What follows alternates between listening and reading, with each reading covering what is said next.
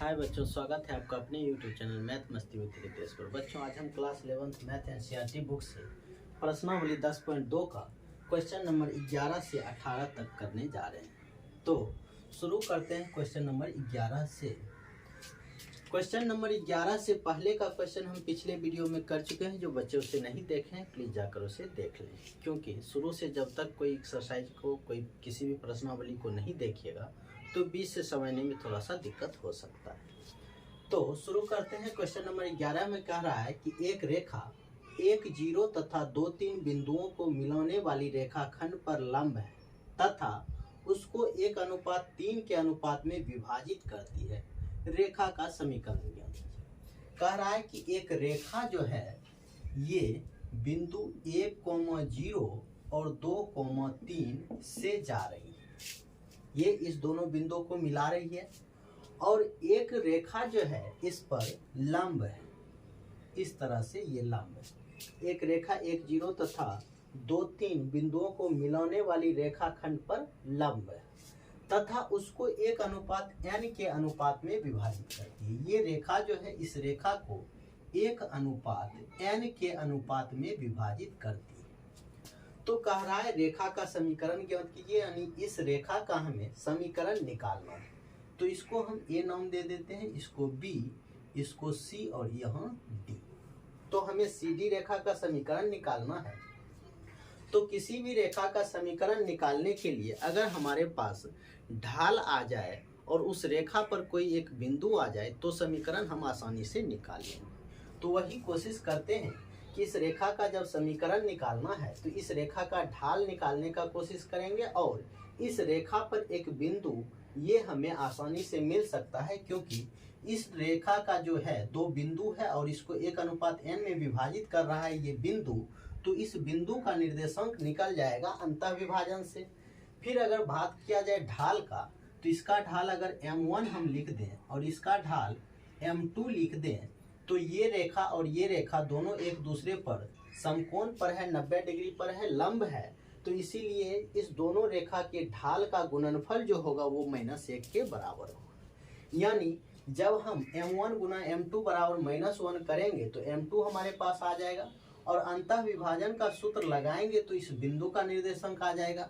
जब इस रेखा के लिए ढाल भी आ गया और एक बिंदु भी आ गया तब तो समीकरण आसानी से हम निकाल सकते हैं। तो सबसे पहले हम क्या करते हैं कि इस रेखा AB का ढाल निकालते हैं, यानी m1 निकालते हैं। तो ढाल का सूत्र होता है y2 - y1 बटे x2 - x1। तो यहाँ से y2 है 3 माइनस y1 है 0 बटे x2 है 2 और x1 है 1। तो यहाँ से ये ढाल निकल के आ गया 3। अब हम अगर m1 गुना m2 बराबर -1 करें तो m1 का मान 3 रखेंगे, 3 गुना m2 बराबर -1। तो इस तरह से m2 का मान -1/3 आ गया। यानी इसका ढाल जो है ये -1/3 निकल के आ गया इस रेखा का ढाल। अब इस रेखा का ढाल आ गया, इस बिंदु को निकाल लेते हैं तब इसका समीकरण निकाल पाएंगे। तो इस बिंदु को निकालने के लिए यहाँ से अंतः विभाजन का सूत्र लगाएंगे। तो यदि बिंदु D का निर्देशांक हम निकालना चाहें, निर्देशांक, तो इसका फॉर्मूला होता है mx2 + nx1 बटा m जोड़ n और my2 + ny1 बटा m जोड़ n। तो यहाँ x1 है 1, x2 है 2, y1 0, y2 3, m 1 और n के जगह पर n ही। तो इसी को इस पे सेट करते हैं। तो m के जगह पर रखेंगे 1 गुना x2 के जगह पर 2 प्लस n के जगह पर n ही, x1 के जगह पर 1 बटे m के जगह पर 1 प्लस n के जगह पर n। अब फिर y निर्देशांक के लिए m के जगह पर 1 गुना y2 के जगह पर 3 प्लस n के जगह पर n, y1 के जगह पर 0 बटा m के जगह पर 1 प्लस और n के जगह पर n। तो ये हमारा निर्देशांक निकल के आएगा बिंदु D का। तो ये हो जाएगा 2 + n बटे 1 + n और यहाँ हो जाएगा 3 बटे 1 + n, क्योंकि ये इसको गुना करेंगे तो ये 0 हो जाएगा। इस तरह से जब हमें बिंदु डी का निर्देशांक आ गया, अब इस रेखा का समीकरण निकालने के लिए ढाल है ही, एक बिंदु है ही, तो हम फॉर्मूला लगाएंगे m बराबर y माइनस y1 बट्टे x माइनस x1। इससे हमारा इस रेखा का समीकरण निकल जाएगा। तो m के जगह पर -1/3 रखते हैं बराबर y माइनस y1 के जगह पर है 3/1 प्लस n और बटे, यहाँ इस चीज को कर लेते हैं या यहाँ लिख देते हैं x माइनस x1। तो x माइनस x1 के जगह पर 2 प्लस n बटे 1 प्लस n, ये हो गया। अब इसको हम अगर कोना कोनी गुना करना चाहें तो ये इसको 1 से गुना करेंगे तो माइनस आगे ले लेते हैं, x माइनस 2 प्लस n बटे 1 प्लस n बराबर में 3 से इसमें गुना कर देते हैं, तो 3 इंटू वाई माइनस 3 बटे 1 माइनस n, इतना आ गया है। अब क्या करते हैं कि यहाँ भी 1 प्लस n लघुत्तम ले लेते हैं, माइनस 1 प्लस n, तो ये हो जाएगा x into 1 plus n plus ये हो जाएगा ये सॉरी माइनस है तो माइनस 2 माइनस n, और बराबर में यहाँ भी एलसीएम ले लेंगे 1 माइनस n का, तो y into 1 minus n minus 3, ये 1 माइनस n कट जाएगा, तो यहाँ से फाइनली आएगा minus x into 1 plus n minus minus plus 2 और माइनस माइनस प्लस n बराबर यहाँ बचेगा 3y इंटू 1 प्लस n और माइनस 9। अब क्या करते हैं कि इस दोनों को एक तरफ करते हैं और इसको इधर लाते हैं, तो 2 में 9 जुट के 11 हो जाएगा प्लस n हो जाएगा बराबर में ये इसको इधर लाएंगे तो ये 1 प्लस n इंटू एक्स और plus 3 into 1 plus n into y. ये हमारा फाइनल आंसर निकल के आ गया क्वेश्चन नंबर 11 का। इसको फिर से एक बार समझ लेते हैं। क्वेश्चन नंबर 1 में कह रहा है कि एक रेखा 1 0 और 2-3 बिंदु को मिलाने वाली रेखाखंड पर लंब है।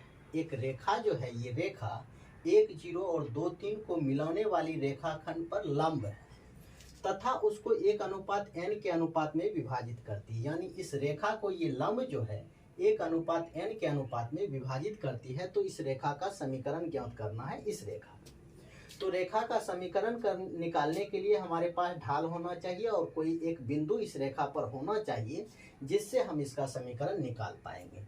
तो ढाल निकालने के लिए हम जानते हैं ये रेखा और ये रेखा दोनों एक दूसरे पर लंब है, तो m1 गुना m2 बराबर -1 होगा। तो इसका m1 तो निकालना आसान है क्योंकि ढाल का सूत्र दो बिंदु जब दिया हो तो y2 माइनस y1 बटे x2 माइनस x1 करके इसका m1 निकाल लिए।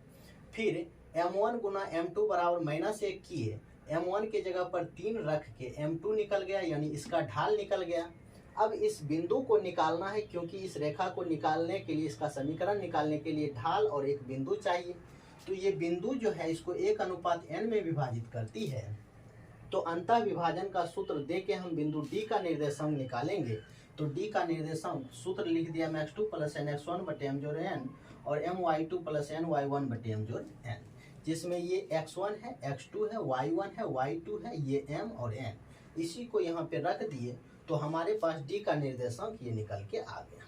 अब जब D का निर्देशांक आ गया यानी इस रेखा का ढाल भी मिल गया है, इस रेखा का एक पॉइंट भी मिल गया, तब हम फॉर्मूला लगाएंगे m बराबर y माइनस y1 बटे x माइनस x1, जिसमें ये y1 होगा, ये x1 होगा और ढाल मेरे पास है ही। इसी चीज को हम यहाँ रख के इसको सोल्व किए, रेखा का समीकरण निकल के आ गया। अब चलते हैं इसमें देखते हैं क्वेश्चन नंबर 12। अब इस एक्सरसाइज का, इस प्रश्नावली का क्वेश्चन नंबर 12 देखते हैं कि उसको किस तरह से करना है। तो क्वेश्चन नंबर 12 जो है ये कह रहा है कि एक रेखा का समीकरण ज्ञात कीजिए जो निर्देशांकों से समान अंतःखंड काटती है और बिंदु 2 3 से जाती है। यानी एक रेखा जो है ये मान लिया जाए, अगर इसको काटिए तल पर देखें x x डैश y और y डैश, एक रेखा जो है इसका समीकरण ज्ञात कीजिए और ये रेखा निर्देशांकों से समान अंतःखंड काटती है, यानी x निर्देशांक जितना काटती है उतना ही y निर्देशांक भी कटेगी। समान निर्देशांक कटने का मतलब कि ये रेखा जो है अगर इधर a काट रहा है तो इधर भी a ही काटेगा। और ये रेखा जो है बिंदु 2, 3 से भी जा रही है। ये रेखा मान लिया जाए इस पे कहीं एक बिंदु है 2, 3।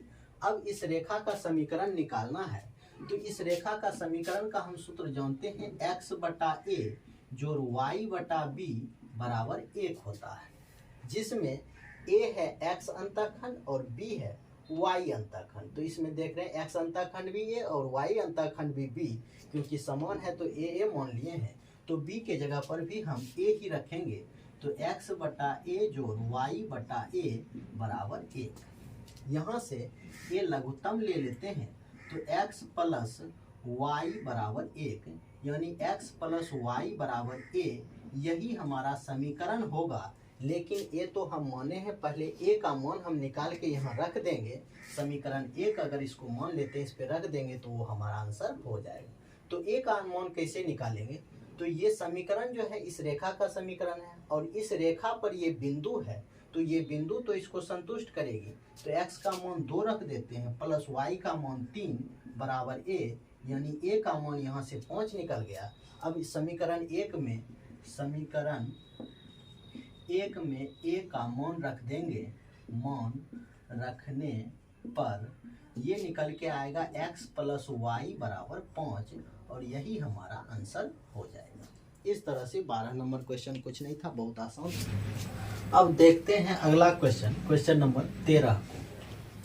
तो क्वेश्चन नंबर 13 में कह रहा है बिंदु 2,2 से जाने वाली रेखा का समीकरण ज्ञात कीजिए जिसके द्वारा अक्षों से कटे अंतःखंडों का योग 9 है। मतलब ये अक्ष को काट रहा है, तो अक्ष बना लेते हैं ये x डैश y और y डैश। तो कह रहा है एक रेखा 2,2 से भी जा रही है और अक्ष को भी काट रही है। तो अक्ष को काटने वाली रेखा हम इस तरह से ये एक रेखा बना लेते हैं जो अक्ष को काट रही है और ये रेखा 2,2 से जा रही है।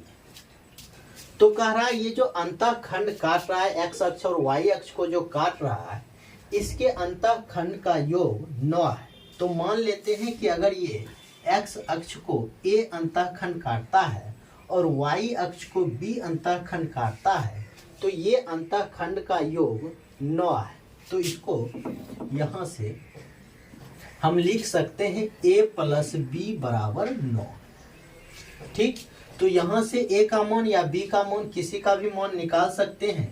तो a का मान निकालते हैं 9 माइनस b, ये इतना हम निकाल के अभी फिलहाल रख लेते हैं। अब बात करें इस रेखा का समीकरण क्या होगा, तो x और y अक्ष को जो अंतःखंड के रूप में काटती है उस रेखा का समीकरण का सूत्र होता है x बटा a जोड़ y बटा b बराबर 1। ये रेखा का समीकरण होता है। अब इसमें a और b का मान होना चाहिए, तब इस पे रख के हम रेखा का समीकरण निकालेंगे। तो a और b का मान नहीं है तो पहले हम a और b का मान निकालेंगे। तो a और b का मान हम निकालेंगे कैसे, तो देखिए a के जगह पर हमें रख देना है 9 घटा b और x और y ये जो है ये 2,2, x के जगह पे 2 और y के जगह पर भी 2 रख देंगे, क्योंकि 2 इसी रेखा का ये समीकरण है और इस पे 2,2 बिंदु है तो इस रेखा को संतुष्ट करेगी। तो x के जगह पर रखते हैं 2 बटा a के जगह पर 9 माइनस b और प्लस y के जगह पर भी 2 बटा b बराबर 1। इसको सोल्व करेंगे, b का मान आएगा, फिर यहाँ रख देंगे b का मान तो a का मान आ जाएगा। जब a और b का मान आ जाएगा तब इस समीकरण पे रख देंगे तो हमारा इस रेखा का समीकरण निकल के आ जाएगा। तो इससे पहले b का मान निकालते हैं, एलसीएम होगा 9 माइनस b इंटू बी। अब इससे इसमें भाग देंगे तो ये तो खत्म हो जाएगा b और b गुना 2 तो 2b हो जाएगा प्लस b से b कैंसिल, ये बचेगा। इससे 2 को गुना करेंगे तो 18 माइनस 2b बराबर 1। यहाँ से 2b और 2b कैंसिल हो जाएगा, कोनों को गुना कर देंगे तो ये हो जाएगा 9b माइनस बी स्क्वायर बराबर 18। अब इसको लिखते हैं B square minus 9b plus 18 बराबर 0। इस दोनों को हम इधर आके पलट दिए। अब यहाँ क्या करना है कि आप इसको सोल्व करने के लिए द्विघात सूत्र का भी प्रयोग कर सकते हैं, पूर्ण वर्ग बना के भी कर सकते हैं, मूल निकाल सकते हैं, या फिर इसका गुणनखंड करके बीच वाला तोड़ सकते हैं। ये तो 10th में आप सीख चुके हैं कि द्विघात समीकरण को किस तरह से सोल्व किया जाता है। तो यहाँ से देखिए 6 3 18 और 6 3 9 होता है, तो b square minus 6b minus 3b plus 18 बराबर 0।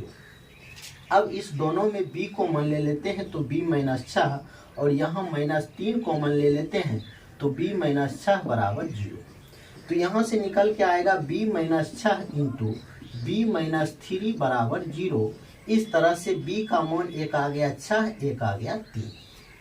अब जब b का मान यहाँ रखेंगे, एक बार 6 रखेंगे तो a का मान निकल के आएगा 9 में से 6 घटाएंगे 3, और फिर जब 3 रखेंगे तो 9 में से 3 घटाएंगे तो 6। कहने का मतलब a और b का मान जो है हमें दो दो मिला है। a का मान एक मिला है 3, एक मिला है 6, और b का भी मान एक मिला है 6, एक 3।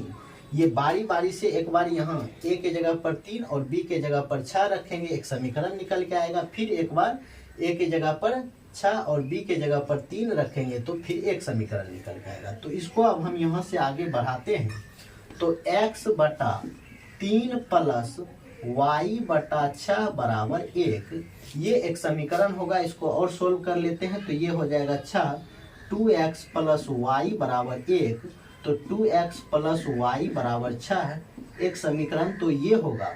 फिर अब x के जगह a के जगह पर 3 रखना है और b के जगह पर a के जगह पर 6 रखना है और b के जगह पर 3 रखना है।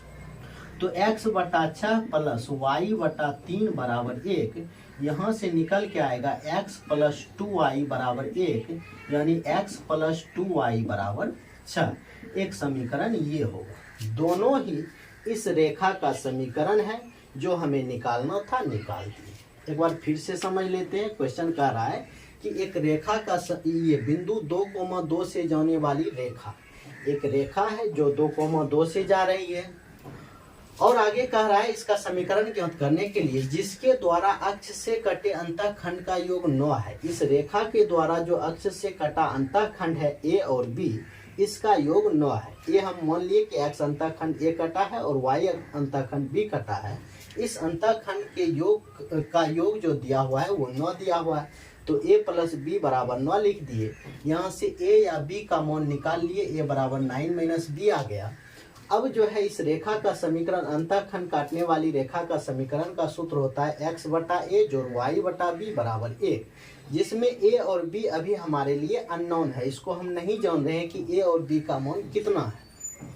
तो a और b का मान पहले पता करेंगे और इस समीकरण पे रख देंगे तो हमारा इस रेखा का समीकरण निकल जाएगा।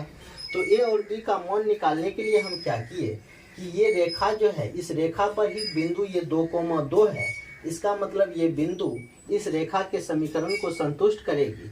इसीलिए x का मान 2 रख दिए और y का मान भी 2 है तो 2 रख दिए, और a का मान यहाँ निकाले हैं 9 माइनस b और बटा b, और इसको सोल्व किए। तो सोल्व करके इसका एलसीएम लेते हुए फिर द्विघात समीकरण बना। फिर द्विघात समीकरण को सोल्व किए तो b का मान आया 6 और 3, b का 2 मान आया है तो a का भी मान, यहाँ b का मान रखेंगे तो a का भी 2 मान आएगा। जब 6 रखेंगे तो a का मान 3 आएगा, और जब 3 रखेंगे तो a का मान 6 आएगा। इस तरह से हम देखें a का मान 3 तो b का मान 6, और a का मान 6 तो b का मान 3। अब जो है a का मान 3 b का मान 6, इस समीकरण पे रख के एक समीकरण निकाल दिए। फिर a का मान 6 और b का मान 3 रख के यहाँ दूसरा समीकरण निकाल दिए। ये दोनों समीकरण ही इसी रेखा का समीकरण है, इसी रेखा का समीकरण हमें बताना था। अब देखते हैं इसमें अगला क्वेश्चन, क्वेश्चन नंबर 14। इसका अगला क्वेश्चन जो है क्वेश्चन नंबर 14, देखते हैं कि उसको किस तरह से करना है। तो क्वेश्चन नंबर 14 जो है ये कह रहा है कि बिंदु 0,2 से जाने वाली और धन x अक्ष से 2π/3 के कोण बनाने वाली रेखा का समीकरण ज्ञात कीजिए। एक रेखा है जिसमें कोण दे दिया है 2π/3 और ये जा रही है 0,2 से। ये बिंदु एक दे दिया है 0,2 और थीटा का मान दे दिया है 2π/3। तो 2π/3 को तोड़ लेते हैं तो 2 गुना पाई का मान 180 और बटा 3, तो ये कट के आ गया 60 डिग्री यानी 120 डिग्री। अब इससे हम समीकरण निकालते हैं रेखा का।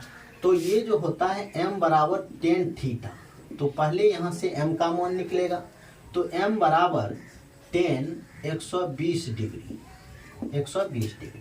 अब 120 डिग्री का मान नहीं पता है तो इसको हम निकालते हैं tan 180 माइनस 60 कर देते हैं।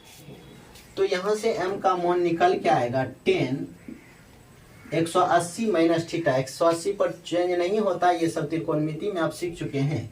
180 पर चेंज नहीं होगा तो tan का tan और माइनस 60 डिग्री है तो 60 डिग्री और 120 डिग्री जो है ये दूसरे चतुर्थांश में है। दूसरे चतुर्थांश tan माइनस में होता है तो माइनस दे देते हैं, यानी m का मान आ गया -√3। अब फॉर्मूला लगाते हैं समीकरण निकालने के लिए। जब ढाल दिया हो और एक बिंदु दिया हो तो रेखा का समीकरण का सूत्र होता है y माइनस y1 बटे x माइनस x1 बराबर m। तो m का मान रखेंगे -√3 बराबर y के जगह पर तो y ही रहेगा और y1 के जगह पर 2 रहेगा बटे x माइनस x1 के जगह पर 0 रहेगा। अब इसको कोना कोनी गुना करते हैं तो -√3x बराबर y माइनस 2, इस तरह से √3x और प्लस y बराबर 2 निकल के आएगा। इसको इधर ला लिए इस तरफ और 2 को इधर ला लिए, इस तरह से ये हमारा एक आंसर हो गया। या फिर इसको इधर भी लिख सकते हैं, 2 प्लस में है तो इधर माइनस कर देते हैं और बराबर 0। एक क्वेश्चन ये पूछ रहा था, एक क्वेश्चन ये बता दिए। अब इसी में कह रहा है कि समीकरण ज्ञात कीजिए इस रेखा का, मतलब जिस जो 0,2 से जा रही थी और थीटा उसका 2π/3 दिया हुआ था, इसका समीकरण निकालने के लिए कह रहा था। एक आंसर आ गया। फिर इसी में आगे क्वेश्चन कह रहा है कि इसके समांतर और y अक्ष को मूल बिंदु से 2 इकाई नीचे की दूरी पर प्रतिच्छेद करती हुई रेखा का समीकरण कर रहा है। यानी इसको अगर हम ग्राफ में समझें तो इस तरह का कुछ रेखा है x dash y y dash. ये रेखा जो था, ये रेखा कुछ इस तरह से जा रहा था। ये था x0 और y2, यानी यहाँ से जा रहा था ये रेखा। फिर अब आगे का जो क्वेश्चन कह रहा है कि ये इसी रेखा के समांतर एक रेखा है जो मूल बिंदु से 2 इकाई नीचे की दूरी पर, यहाँ मूल बिंदु यहाँ है, यहाँ से 2 इकाई नीचे की दूरी पर इसी के समांतर एक रेखा है। तो यहाँ का निर्देशांक 0,-2 हो जाएगा। अब इस रेखा का समीकरण निकालना है। अब इस दोनों रेखा के बारे में विचार कीजिए। तो ये दोनों रेखाएं समांतर है। जब 2 रेखाएं समांतर होता है तो उसका जो है ढाल समान होता है, यानी इसका ढाल अगर m1 है तो इसका ढाल m2, तो m1 और m2 का मान दोनों बराबर आएगा। तो इसका ढाल तो हम निकाल चुके हैं -√3, तो इसका भी ढाल हो जाएगा -√3। अब सोचिए इस रेखा का समीकरण तो हम आसानी से अब फिर निकाल सकते हैं, क्योंकि m ढाल है ही, एक बिंदु है ही, इसी सूत्र पे बैठाएंगे, इस रेखा का भी समीकरण आ जाएगा। तो कर देते हैं इसी सूत्र पर। m के जगह पर रखना है -√3 बराबर y माइनस y1 है -2 बटे x माइनस 0। तो यहाँ से -√3x बराबर y प्लस 2 आएगा और इसको जब इधर लाएंगे, इसको इधर लेके जाते हैं तो √3x प्लस y प्लस 2 बराबर 0। ये इस रेखा का समीकरण आ गया। ये समीकरण इस रेखा का है और ये समीकरण इस रेखा का। इसको एक बार फिर से देख लेते हैं। कह रहा है क्वेश्चन कि बिंदु 0,2 से जाने वाली और धन x अक्ष से 2π/3 के कोण बनाने वाली रेखा का समीकरण ज्ञात कीजिए। यानी एक रेखा है जो 0 और 2 से जा रही है और धन x अक्ष से ये जो कोण बन रहा है ये 2π/3 का कोण बन रहा है। तो इसका समीकरण निकालना है। तो अब किसी भी रेखा का समीकरण निकालने के लिए अगर एक बिंदु दिया हो और थीटा दिया हो तो इस थीटा से हम पहले ढाल निकालेंगे और जब m का मान निकल जाएगा तो m का सूत्र होता है y माइनस y1 बटे x माइनस x1। तो वही काम किए, पहले m बराबर tan थीटा, इससे m का मान निकाल लिए, फिर इस फॉर्मूला को दिए, m का मान -√3 आया y माइनस y1 के जगह पर 2 बटे x माइनस x1 के जगह पर 0, इसको सॉल्व किए तो इस रेखा का समीकरण मिल गया। अब फिर इससे आगे क्वेश्चन कर रहा था कि इसके समांतर और y अक्ष को मूल बिंदु से 2 इकाई नीचे की दूरी पर प्रतिच्छेद करती हुई रेखा का समीकरण भी ज्ञात कीजिए। यानी एक और रेखा है जो इसके समांतर है और y अक्ष को मूल बिंदु से 2 इकाई नीचे काट रहा है, यानी इस बिंदु पर काट रहा है। तो इस बिंदु का निर्देशांक होगा x0 और y माइनस 2, और ये दोनों रेखा समांतर है तो इसका ढाल और इसका ढाल बराबर होगा। इसका ढाल जब हम -√3 निकाले हैं तो इसका भी ढाल -√3 ही होगा।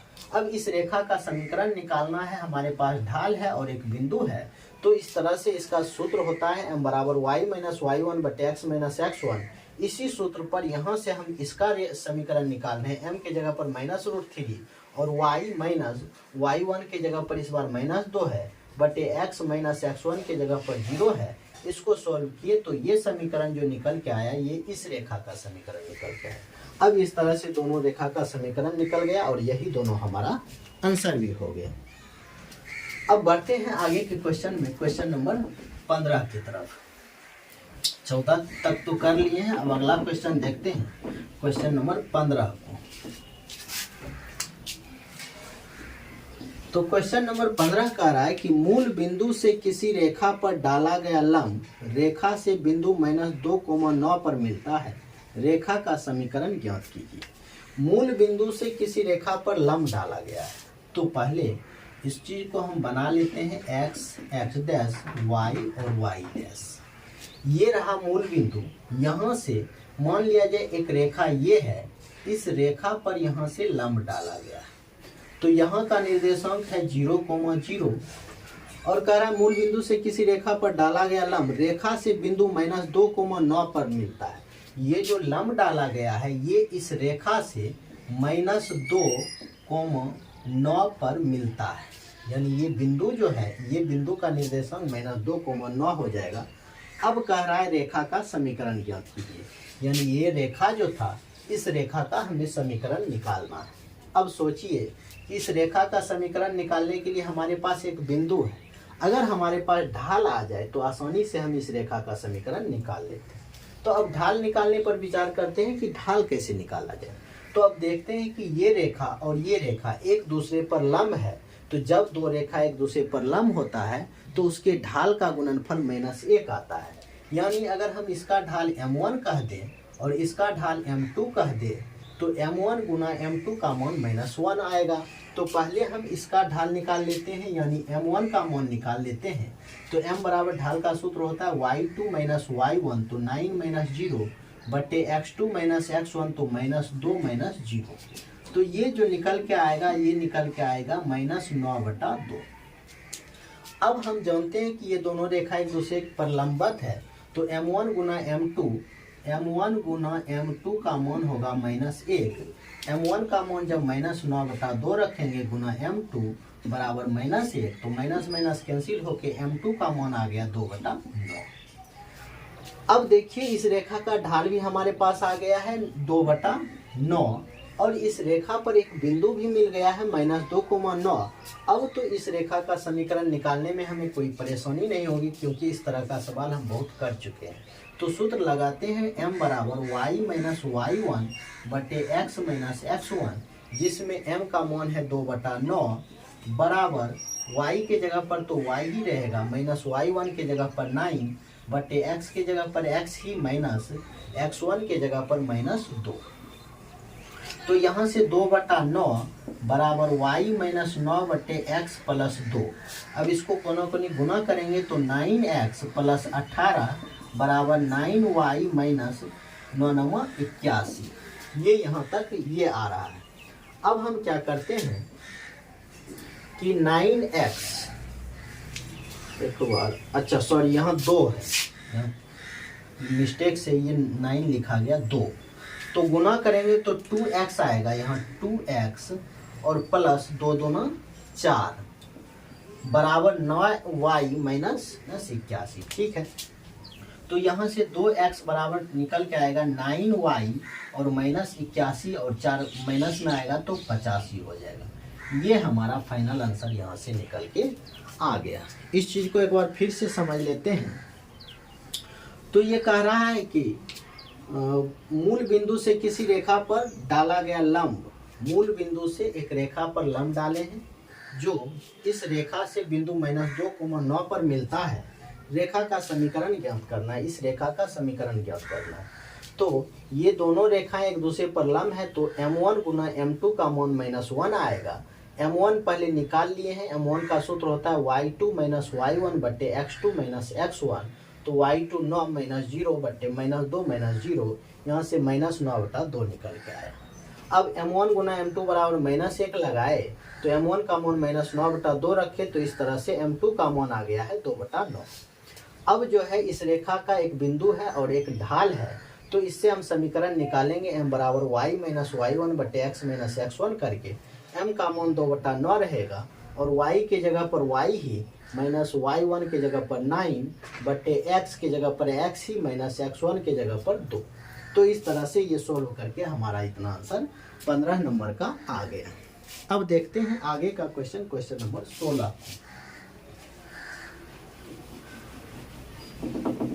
क्वेश्चन नंबर 16 अब देख लेते हैं कि उसको किस तरह से करना है।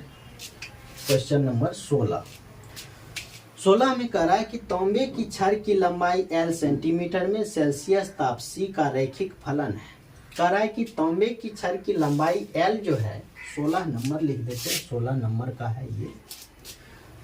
तो लंबाई जो है सेल्सियस ताप C का रैखिक फलन है। एक प्रयोग में यदि L बराबर 124.942 जब C बराबर 20 और L बराबर 125.134 जब C बराबर 110 हो, तो L को C के पदों में व्यक्त कीजिए। तो देखिए यहाँ क्या क्या सब दिया हुआ है। L बराबर दिया हुआ है 124.942 और इसी में C का मान है C बराबर 20। फिर आगे L का मान दिया है 125.134 और C का मान दिया हुआ है 110। C बराबर 110।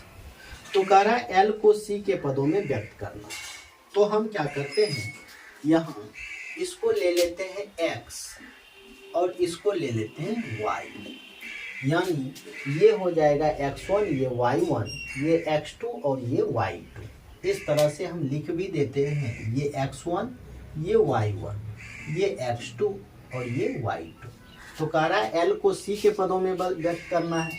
तो सूत्र लगाते हैं कि y - y1 बटे x - x1 बराबर y2 - y1 बटे x2 - x1।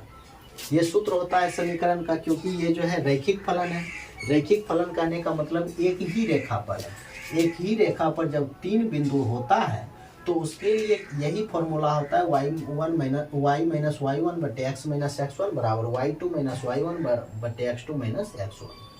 अब y तो है नहीं, y को हम क्या लिखेंगे, तो y को लिखेंगे L और माइनस y1 के जगह पर हमको रखना है 124.942 बटे x नहीं है तो x के जगह पर तो हमें रखना है C माइनस x1 के जगह पर रखना है 20 और बराबर y2 के जगह पर रखना है 125.134 माइनस y1 के जगह पर रखना है 124.942 बटे x2 के जगह पर रखना है 110 माइनस x1 के जगह पर रखना है 20। इसको सोल्व करेंगे तो यहाँ से हम निकाल लेंगे L का मान C के पदों में। तो L माइनस 124.942 बटे C माइनस 20 बराबर, इसको हम घटा लेते हैं। तो घटाने पर ये आएगा 2 और 13 में से 4 जाएगा 9, फिर 10 में से 9 जाएगा 1 और यहाँ घट के आएगा 124, 0 हो जाएगा। और यहाँ से 110 में से 20 घटेगा तो बच जाएगा 90। अब क्या करते हैं, यहाँ से हमें निकालना है L का मान। तो L का मान निकालना जब है तो हम क्या करते हैं, इसको इधर भेज देते हैं। ठीक, L माइनस 124.942 बराबर ये हो जाएगा 80 आएगा। तो यहाँ से आएगा 0.192 और बटे 80 और ये बटे में था, इधर आके गुना हो जाएगा C माइनस 20। अब ये माइनस में है, इधर लाके प्लस कर देंगे तो L बराबर 0.192 बटे 80 इंटू C माइनस 20 और प्लस 124.942 ये हो जाएगा हमारा आंसर। देख लेते हैं एक बार। तो 10 में से 20 घटाए तो ये तो हाँ 90 ही ठीक है, 90 यहाँ भी 90 हो जाएगा, तो यहाँ भी 90 हो जाएगा। ठीक, अब क्या किए, ये बटा में है तो इधर लाके गुना कर दिए, फिर ये माइनस में है इधर लाके प्लस कर दिए। इस तरह से ये हमारा फाइनल आंसर निकल के आ गया। अब देखते हैं इसका अगला क्वेश्चन, क्वेश्चन नंबर 17 को।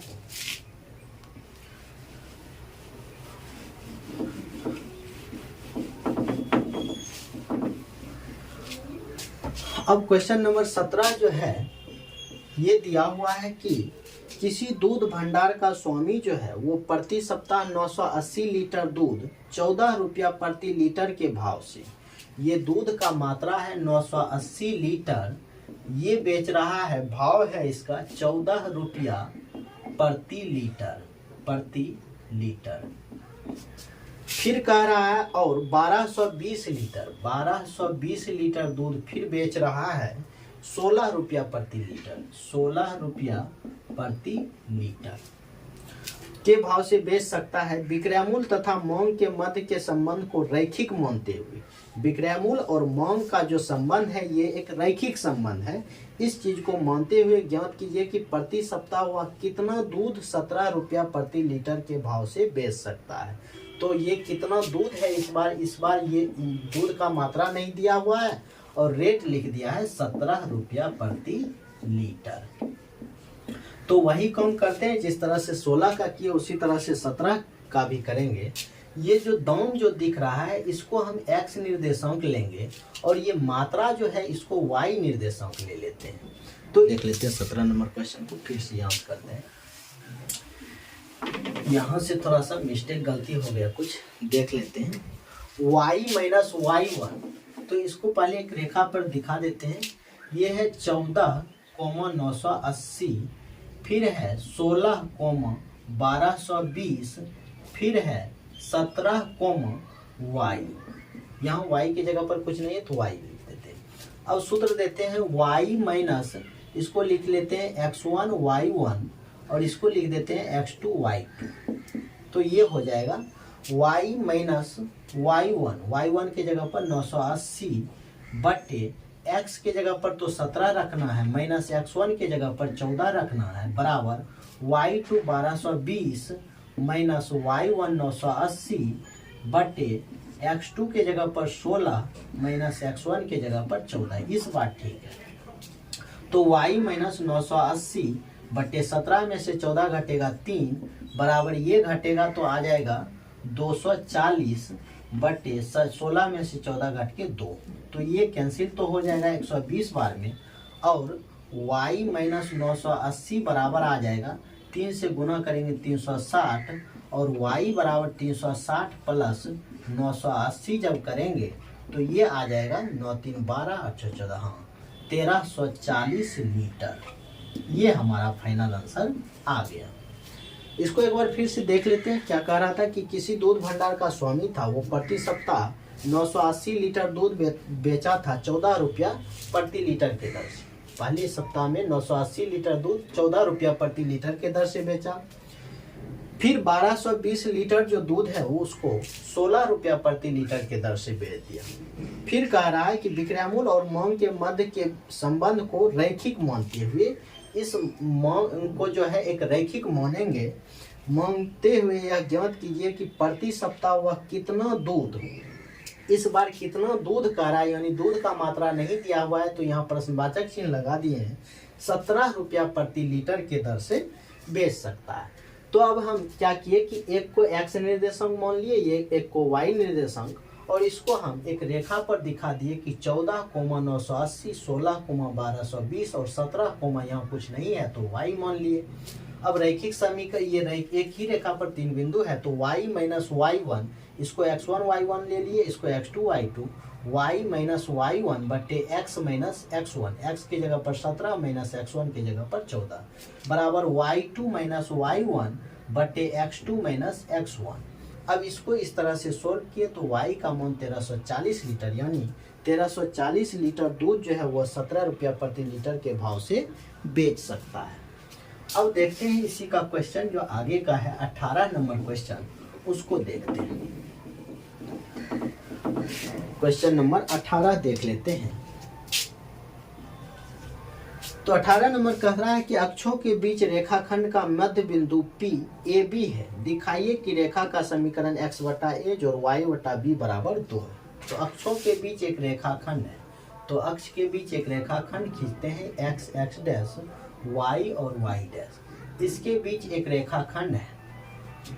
अक्षों के बीच रेखाखंड का मध्य बिंदु a, b, इसका मध्य बिंदु जो है ये a और b है, यानी इस रेखाखंड के ये बीचों बीच a और b है। दिखाइए कि रेखा का समीकरण x बटा a और y बटा b बराबर 2 है। तो इस रेखा का समीकरण निकालना है, तो समीकरण निकालने के लिए पहले हमें x अंतःखंड और y अंतःखंड निकालना पड़ेगा। तो हम मान लेते हैं x अंतःखंड h है और y अंतःखंड k है।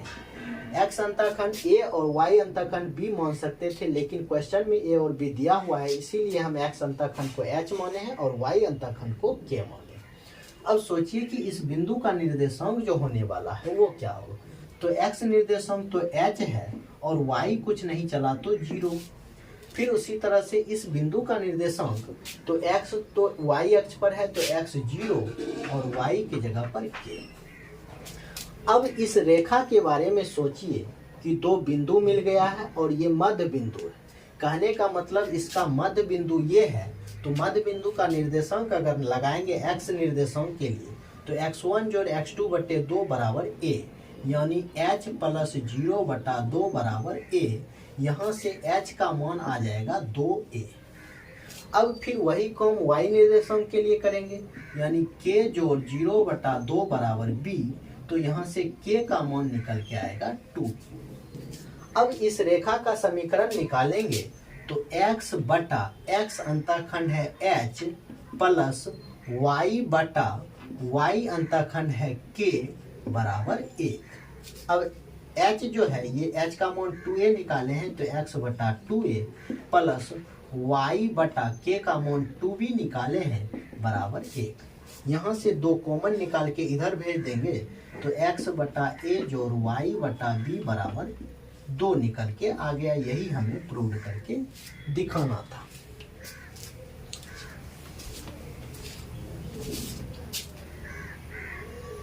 क्वेश्चन नंबर 19 का, तो क्वेश्चन नंबर 19 जो है ये कह रहा है कि अक्षों के बीच रेखाखंड को बिंदु R जो है h, k 1:2 के अनुपात में विभक्त करता है। रेखा का समीकरण ज्ञात कीजिए। यानी कि अक्षों के बीच एक रेखाखंड है, ये x डैश y और y डैश। इस अक्ष के बीच एक रेखाखंड है, ये रेखाखंड है। इस रेखाखंड को बिंदु R जिसका निर्देशांक है h, k, ये इस रेखाखंड को 1:2 में विभक्त करता है। 1:2 में विभक्त करता है। तो कह रहा है रेखा का समीकरण ज्ञात करना। तो इस रेखा का समीकरण ज्ञात करना है तो रेखा का x अंतःखंड मान लेते हैं a और y अंतःखंड मान लेते हैं b। तो इस रेखा का समीकरण जो होगा x बटा a जोड़ y बटा b बराबर 1। लेकिन यहाँ अभी a और b हमारे लिए अननोन है। पहले हम a और b का मान निकालेंगे, फिर इस पे रख देंगे तो रेखा का समीकरण हमें मिल जाएगा। तो अब जब यहाँ इस बिंदु का निर्देशांक हम लिखना चाहें पहले, तो x है a और x अक्ष पर y होता है 0, और इसी तरह से इस बिंदु का निर्देशांक निकालना चाहें तो y अक्ष पर x होता है 0 और y निर्देशांक b है तो b लिख देते हैं। अब इस रेखा के बारे में सोचिए कि ये जो है ये रेखा पर ये बिंदु R जिसका निर्देशांक h, k है, ये बिंदु इसको 1:2 में विभक्त करता है। तो क्या हम अंतः विभाजन का सूत्र लगा के a और b का मान नहीं निकाल सकते हैं? जरूर निकाल पाएंगे। तो वही काम करते हैं, यहाँ अंतः विभाजन का सूत्र लगा के हम a और b का मान निकालेंगे, जिसमें ये होगा x1 y1 और ये जो है ये होगा x2 और y2 और ये होगा m, ये होगा n। तो सूत्र लगाते हैं अंतर विभाजन का। m के जगह पर रखना है 1, m Guna mx2 0 plus nx1 a बटा m जोड़ n यानी 1 + 2 बराबर यहाँ h। तो यहाँ से 2a बटा 3 बराबर h, यानी h का मान आ गया है 2a बटा 3। h का मान आ गया है 2a बटा 3। तो a का मान जो आएगा a बराबर ये आएगा 3h बटा 2। अब इसी तरह से हम y निर्देशांक का सूत्र देंगे। तो m है 1, m y2 के जगह पर b प्लस n के जगह पर 2 और y1 के जगह पर 0 बटे m जोड़ n और बराबर जो है m जोड़ n के जगह पर 2 बराबर k। यानी यहाँ से b बटा 3 2 गुना 0 b बटा 3 बराबर k आएगा। यानी यहाँ से b बराबर आ गया है 3k। अब जब हमारे पास a और b आ गया है तो इस पर इसका मान रखेंगे तो हमारा समीकरण निकल के आ जाएगा। यानी x बटा a का मान है 3h/2, 3h और 2 को ऊपर भेज देते हैं, प्लस y बटा b के जगह पर 3k, 3h यहाँ h लिखना था बराबर 1। अब यहाँ से ये लिख देते हैं इसको 2 या इतना ही रहने देते हैं या फिर 3 इधर से निकाल के उधर भी कर देते हैं। 2x बटा h प्लस y बटा k बराबर 3। ये इतना हम आंसर लिख सकते हैं। यही हमारा आंसर आ गया।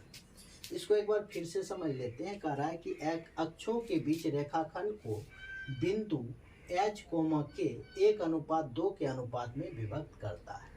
अक्षों के बीच एक रेखाखंड है जिसको बिंदु R 1:2 में विभक्त कर रहा है, तो इस रेखा का समीकरण ज्ञात करना है। तो इस रेखा का समीकरण का सूत्र होता है x बटा a जोड़ y बटा b बराबर 1, जिसमें a और b हमें पता नहीं है। तो पहले a और b का मान निकालना है।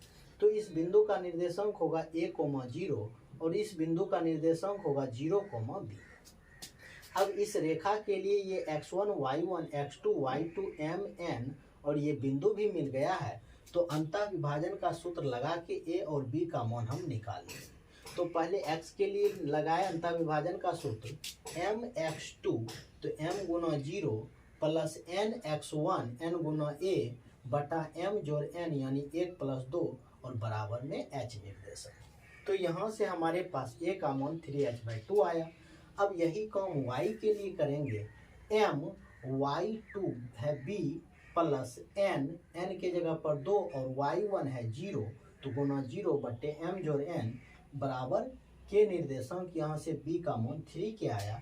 अब इस पे हम मान रख दिए x बटे a का मान था 3h/2 और प्लस y बटा b का मान 3 के बराबर 1 और यहाँ से 3 निकाल के इधर भेज दिए। ये हमारा फाइनल आंसर आ गया।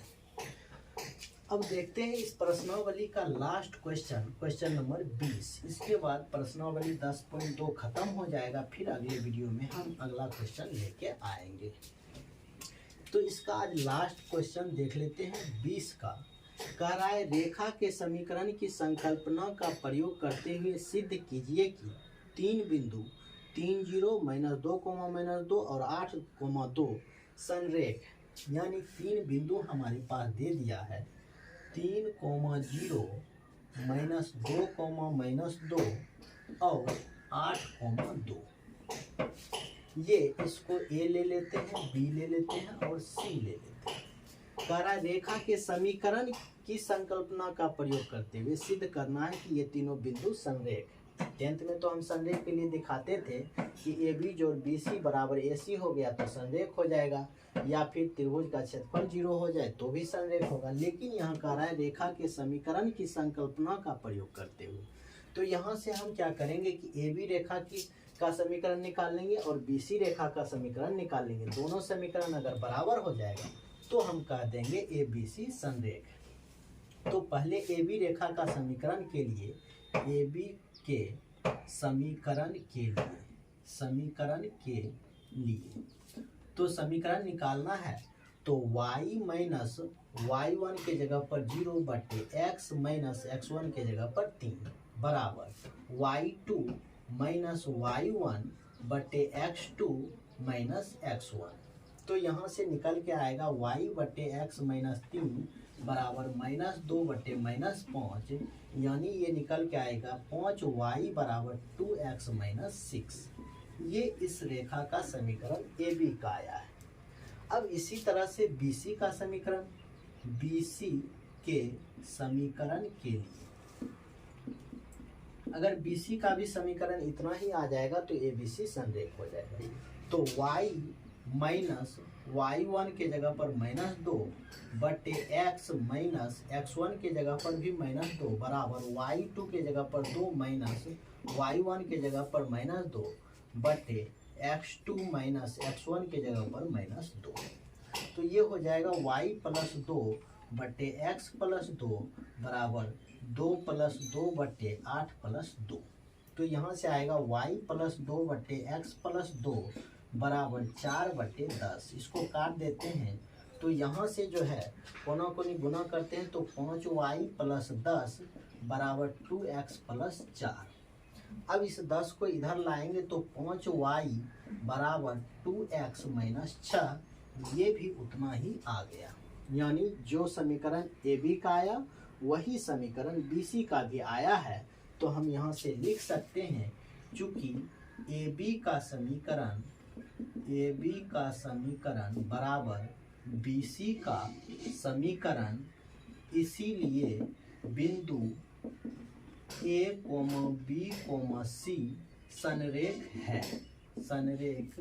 है। यही हमें प्रूव करना था जो कि प्रूव हो गया। एक बार फिर से समझ लेते हैं। करा रेखा के समीकरण की संकल्पना का प्रयोग करते हुए सिद्ध कीजिए कि बिंदु 3 0 माइनस 2 -2 और 8 2 संरेख है। यानी इसको हमें संरेख दिखाना है, लेकिन इसमें प्रयोग करना है रेखा के समीकरण की संकल्पना का।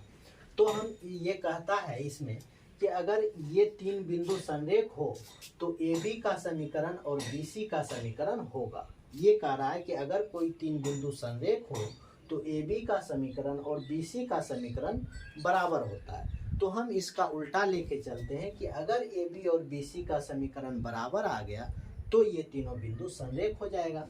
तो ए बी का समीकरण हम निकाले पहले इसका समीकरण, तो y माइनस y1 की जगह पर 0 बटे x माइनस x1 बराबर y2 माइनस y1 बटे x2 माइनस x1। इससे हमारा ये समीकरण निकल के आ गया ए बी का। अब फिर इसी तरह से बी सी का समीकरण निकालते हैं तो y माइनस y1 बटे x माइनस x1 बराबर y2 माइनस y1 बटे x2 माइनस x1। और इसको सॉल्व करके भी यही समीकरण आया, यानी ए बी और बी सी का समीकरण बराबर आ गया। तो लिख देंगे ए बी का समीकरण बराबर बी सी का समीकरण, इसलिए बिंदु ए बी सी संरेख। तो उम्मीद करते हैं सारा क्वेश्चन समझ गए होंगे। तो अगर वीडियो अच्छा लगे तो प्लीज़ हमारे चैनल को सब्सक्राइब करना, वीडियो को लाइक और शेयर करना। Thank you.